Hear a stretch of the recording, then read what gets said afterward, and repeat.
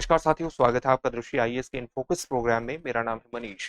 बोध गया में बौद्ध भिक्षुओं के द्वारा बोध गया मंदिर अधिनियम 1949 को निरस्त करने की मांग को लेकर लगातार विरोध प्रदर्शन हो रहा है। इन विरोध प्रदर्शनों की जो गूंज है वो भारत के अन्य हिस्सों में भी दिखाई दे रही है। बोध गया मंदिर अधिनियम 1949 का वो प्रावधान कौन सा है जिसको लेकर बौद्ध भिक्षु लगातार नाराज दिख रहे हैं, उस प्रावधान को जानेंगे और उसका विश्लेषण भी करने का प्रयास करेंगे। सबसे पहले देखते हैं कि इस पूरे टॉपिक के अंतर्गत किन पक्षों पर बात होगी। सबसे पहले उस खबर को विस्तार से जानना है जिसके कारण ये पूरा टॉपिक चर्चा में है। फिर देखेंगे कि जो बोध गया मंदिर अधिनियम 1949 है उसको लेकर क्या पहले भी विरोध प्रदर्शन हुए हैं। इन विरोध प्रदर्शनों का एक सामान्य इतिहास जानने का प्रयास करेंगे। फिर महाबोधि मंदिर या महाबोधि महाविहार के बारे में सामान्य जानकारी हासिल करेंगे और फिर देखेंगे कि बोध गया मंदिर अधिनियम 1949 का वो कौन सा प्रावधान है जिसको लेकर लगातार एक विरोध की स्थिति दिखाई देती है। बोध गया के ऐतिहासिक महत्व को जानेंगे। साथ ही बोध गया मंदिर अधिनियम 1949 की समस्या का समाधान करने के लिए या इसके विरोध में जो विरोध प्रदर्शन हो रहे हैं उस समस्या का समाधान करने के लिए किस प्रकार का सरकार का हस्तक्षेप रहा है। इस हस्तक्षेप को जानने के बाद आपके लिए एक अभ्यास प्रश्न होगा जिसका उत्तर आपको कमेंट बॉक्स में कमेंट करके देना होगा। ये जो पूरा विषय है यूपीएससी की मुख्य परीक्षा के सामान्य अध्ययन प्रश्न पत्र 1 और 2 से जुड़ जाएगा। क्योंकि इसमें अधिनियम का जिक्र है इसलिए भारतीय राज्य व्यवस्था जैसे खंडों से जुड़ जाता है और क्योंकि महाबोधि मंदिर का एक सांस्कृतिक महत्व है और उसके बारे में हम जानेंगे, इसलिए प्रश्न पत्र 1 के संस्कृति संबंधी खंड से जोड़ करके आप इसे देख सकते हैं। हम अपने प्रोग्राम में आगे बढ़े उससे पहले आप हमारे चैनल को सब्सक्राइब जरूर करिए और बेल आइकन दबाइए ताकि सभी प्रोग्राम का नोटिफिकेशन आपको मिल सके। इन प्रोग्राम से आप जुड़े, इनका लाभ उठाएं। साथ ही इन सभी प्रोग्राम की पीडीएफ फाइल आपको इनफोकस दृष्टि आईएएस के टेलीग्राम चैनल पर उपलब्ध कराई जा रही है। डिस्क्रिप्शन में दिए गए लिंक पर जाकर आप पीडीएफ फाइल डाउनलोड कर सकते हैं। अब खबर को विस्तार से जानते हैं और खबर यही है कि फरवरी माह से लगातार अखिल भारतीय बौद्ध मंच के तहत लगभग 100 बौद्ध भिक्षुओं के द्वारा एक विरोध प्रदर्शन बोध गया महाबोधि महाविहार के पास चल रहा है और भारत के अलग अलग हिस्सों में भी इसकी गूंज सुनाई दी है। महाराष्ट्र में भी इसको लेकर के एक विरोध प्रदर्शन हुआ है। किसको लेकर के हुआ है, इनकी प्रमुख डिमांड क्या है? इनकी प्रमुख मांग है कि बोध गया मंदिर अधिनियम 1949 को निरस्त कर दिया जाए और इसको लेकर के जो ये विरोध प्रदर्शन है ऑल इंडिया बुद्धिस्ट फोरम का, इसको भारत में स्थित अलग अलग बौद्ध निकायों का भी एक समर्थन प्राप्त है और अपनी मांग को लेकर के इसने बिहार सरकार को हाल ही में एक ज्ञापन भी सौंपा है। बोध गया आप जानते हैं कि बौद्ध धर्म के 4 पवित्र स्थलों में से एक है। बोध गया वो स्थान है जहां पर बुद्ध को ज्ञान की प्राप्ति हुई थी। अन्य 3 पवित्र स्थल कौन से हैं जो बौद्ध धर्म से जुड़े हुए हैं? एक स्थल है लुम्बिनी जहां पर महात्मा बुद्ध का जन्म हुआ था, दूसरा स्थल है सारनाथ जहां पर बुद्ध ने अपना प्रथम उपदेश दिया था और तीसरा स्थल कौन सा है? कुशीनगर है जहां पर महात्मा बुद्ध को महापरिनिर्वाण की प्राप्ति हुई थी। ये 3 स्थल हैं बोध गया के अलावा जिन्हें बौद्ध धर्म में बेहद पवित्र माना जाता है। अब हम देखते हैं कि जो ये बोध गया मंदिर अधिनियम 1949 की को निरस्त करने की मांग को लेकर के विरोध प्रदर्शन हो रहा है। क्या पहले भी विरोध हुआ है?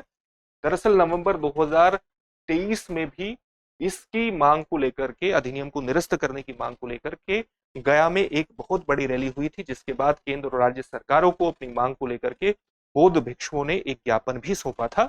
जब अपेक्षित परिणाम बौद्ध भिक्षुओं को प्राप्त नहीं हुए तो वर्ष 2024 में भी पटना में एक बड़ी रैली आयोजित की गई जिसके बाद ये अधिनियम को निरस्त करने की मांग देश के अलग अलग हिस्सों में सुनाई देने लगी। इसके अलावा वर्ष 2012 में बौद्ध भिक्षुओं के द्वारा सुप्रीम कोर्ट में एक रिट याचिका भी दायर की गई थी इस बोध गया मंदिर अधिनियम 1949 को निरस्त करने की मांग को लेकर के। हालांकि इस पर अभी सुनवाई होनी बाकी है, अभी सुनवाई इस रिट याचिका पर नहीं हुई है। तो ये विरोध प्रदर्शनों का एक सामान्य इतिहास रहा है। प्रावधान को भी जानेंगे, जिस अधिनियम के जिस प्रावधान को लेकर के बौद्ध भिक्षुओं में नाराजगी है, लेकिन उससे पहले महाबोधि मंदिर के बारे में सामान्य जानकारी हासिल कर लेते हैं। महाबोधि मंदिर की एक सामान्य संरचना है। जो संरचना आप दिखाई दे रहे हैं ये 5वीं-6वीं शताब्दी की है और ये महाबोधि वृक्ष है और सामान्यतः आप कह सकते हैं कि वही उसी वृक्ष का एक प्रत्यक्ष वंशज है जिस वृक्ष के नीचे महात्मा बुद्ध को ज्ञान की प्राप्ति थी। तो इसके बारे में जान लेते हैं। महाबोधि मंदिर, ऐसा माना जाता है कि ये वो स्थान है जहां गौतम बुद्ध को महाबोधि वृक्ष के नीचे ज्ञान की प्राप्ति हुई थी। मूल मंदिर का निर्माण किसके द्वारा करवाया गया था? सम्राट अशोक के द्वारा करवाया गया था। कब करवाया गया था? 3री शताब्दी ईसा पूर्व में करवाया गया था। जो संरचना आपके सामने वर्तमान में स्थित है वो 5वीं-6वीं शताब्दी की है। अगर इसके स्थापत्य की बात करें तो इसका जो भव्य मंदिर है उसकी ऊंचाई लगभग कितनी है, 50 मीटर ऊंचा है। कई जगहों पर ये ऊंचाई आपको 55 मीटर भी देखने को मिलेगी, लेकिन सामान्यतः 50 मीटर की ऊंचाई ही मानी जाती है। पवित्र बोधि वृक्ष और बुद्ध के ज्ञान प्राप्ति के अन्य 6 पवित्र स्थल भी यहाँ पर स्थित हैं, जो प्राचीन स्तूपों से घिरे हुए हैं, जिनका रखरखाव अच्छी तरह से किया गया है। कई जो पवित्र स्थल हैं, इनमें से कई स्थल ऐसे हैं जो प्राचीन स्तूपों से घिरे हुए हैं। गुप्त काल के सबसे प्रारंभिक ईंट मंदिरों में से एक माना जाता है, जिसके बाद में यानी जहां पर जो कई संरचनाएं हैं जो ईंटों से निर्मित है, और उन्होंने उन संरचनाओं ने बाद की ईंट वास्तुकला को भी, ईंट का जो आर्किटेक्चर था उसको भी प्रभावित किया है। यहाँ पर स्थित जो हीरा संघासन है, जिसको वज्रासन के नाम से भी जाना जाता है, मूलतः सम्राट अशोक द्वारा उस स्थान को चिन्हित करने के लिए स्थापित किया गया था जहां बुद्ध ध्यान किया करते थे। तो ये महाबोधि मंदिर के बारे में सामान्य बात हुई। अब हम अधिनियम के बारे में भी जानेंगे, लेकिन उससे पहले आपके लिए एक महत्वपूर्ण सूचना यह है कि दृष्टि आईएएस की नोएडा शाखा में हमारे 2 महत्वपूर्ण बैच हिंदी और अंग्रेजी माध्यम के IAGS foundation prelims plus mains batch, offline batch प्रारंभ हो रहे हैं। हिंदी माध्यम का बैच प्रारंभ हो चुका है, जिसका समय है शाम को 6 बजे। इसके अलावा अंग्रेजी माध्यम का बैच 8 अप्रैल में प्रारंभ होगा, जिसका समय होगा शाम को 6 बजे। आप 8750187501 पर कॉल करके इन बैचेस में एडमिशन ले सकते हैं और सफलता की दिशा में आगे बढ़ सकते हैं। अब हम बोध गया मंदिर अधिनियम को सामान्य तौर से जानते हैं।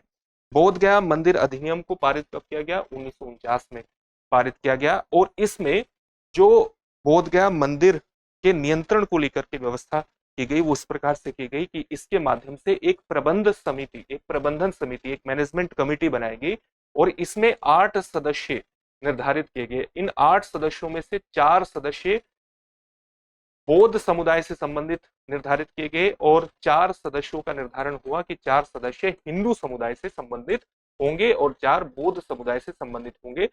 इस कमेटी का जो पदेन अध्यक्ष होगा वो स्थानीय जिला मजिस्ट्रेट को बनाया गया, पदेन अध्यक्ष। लेकिन ये पदेन अध्यक्षता तभी करेंगे जब ये हिंदू धर्म से संबंधित हो। जिला मजिस्ट्रेट किस धर्म से ताल्लुक रखते हो, हिंदू धर्म से संबंधित हो। तो जाहिर सी बात है कि इस कमेटी में, इस प्रबंधन समिति में आप कह सकते हैं कि एक बहुमत को लेकर के, हिंदू बहुमत को लेकर के बौद्ध भिक्षुओं के द्वारा आलोचना की गई और लगातार इस अधिनियम के माध्यम से जो प्रबंधन समिति की व्यवस्था स्थापित की गई, बौद्ध भिक्षुओं ने उसका विरोध किया, क्योंकि बौद्ध निकाय ये चाहते थे कि उनको इस पूरे बोध गया मंदिर को लेकर के उनके द्वारा बौद्धों को ही एक स्वायत्तता दी जानी चाहिए, एक ऑटोनॉमी प्रदान की जानी चाहिए। तो ये पूरा विवाद खड़ा हुआ इस अधिनियम को लेकर के और लगातार बौद्ध भिक्षुओं के द्वारा इस अधिनियम को निरस्त करने की मांग भी की गई।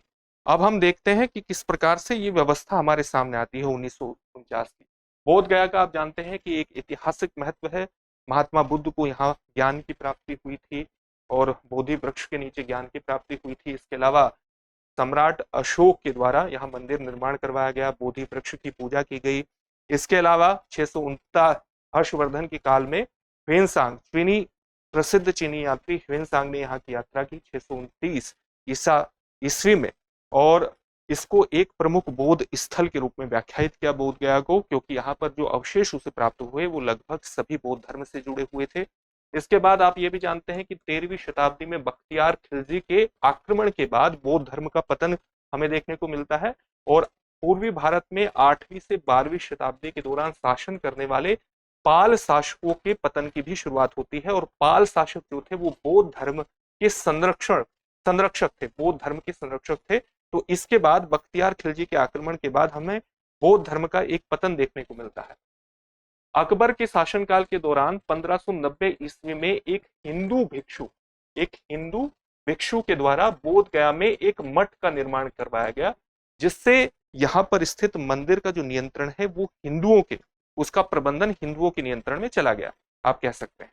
जब देश स्वतंत्र हुआ तो बिहार ने एक अधिनियम पारित किया जिसको हम क्या कहते हैं, बोध गया मंदिर प्रबंधन अधिनियम 1949, और उसके माध्यम से ये 8 सदस्यीय व्यवस्था हमारे सामने आई, जिसमें स्थानीय जिला मजिस्ट्रेट को पदेन अध्यक्ष बनाया गया। लेकिन वो पदेन अध्यक्ष के रूप में काम कब करता था, जब वो हिंदू समुदाय से संबंधित हो। तो इसको लेकर के बौद्ध भिक्षुओं के द्वारा नाराजगी व्यक्त की गई और इस नाराजगी का समाधान सरकार ने अपने हस्तक्षेप के माध्यम से किया जब 2013 में एक संशोधन किया और संशोधन के माध्यम से एक नियम बना दिया गया कि अगर जिला मजिस्ट्रेट, स्थानीय जिला मजिस्ट्रेट चाहे किसी भी धर्म से संबंधित हो, वो पदेन अध्यक्ष के रूप में काम कर सकता है। तो इस समस्या का समाधान तो किया गया, लेकिन इसके बावजूद भी लगातार बौद्ध भिक्षुओं के द्वारा ये डिमांड की गई कि इस पूरी व्यवस्था को निरस्त किया जाए और मुख्य रूप से जो बोध गया मंदिर का प्रबंधन का नियंत्रण है वो बौद्ध भिक्षुओं को ही या बौद्ध समुदाय से संबंधित व्यक्तियों को ही प्रदान किया जाना चाहिए। और इसी को लेकर के, इसी मांग को लेकर के विरोध प्रदर्शन हो रहे हैं। अब एक प्रश्न है जिसका उत्तर आपको कमेंट बॉक्स में कमेंट करके देना है। बोध गया मंदिर अधिनियम 1949 के अनुसार बोध गया मंदिर की प्रबंधन समिति का पदेन अध्यक्ष कौन होता है? आपके सामने ऑप्शन है बोध गया मंदिर का प्रमुख, राज्य का राज्यपाल, केंद्र सरकार का विधि प्रतिनिधि या स्थानीय जिला मजिस्ट्रेट। इस प्रश्न का उत्तर आप हमें कमेंट बॉक्स में कमेंट करके जरूर दीजिए। फिर से एक नए सेशन में आपसे मुलाकात होगी। धन्यवाद। डियर व्यूअर्स, अपने एग्जाम की तैयारी को और बेहतर करने के लिए हमारे चैनल को लाइक, शेयर और सब्सक्राइब करना न भूलें।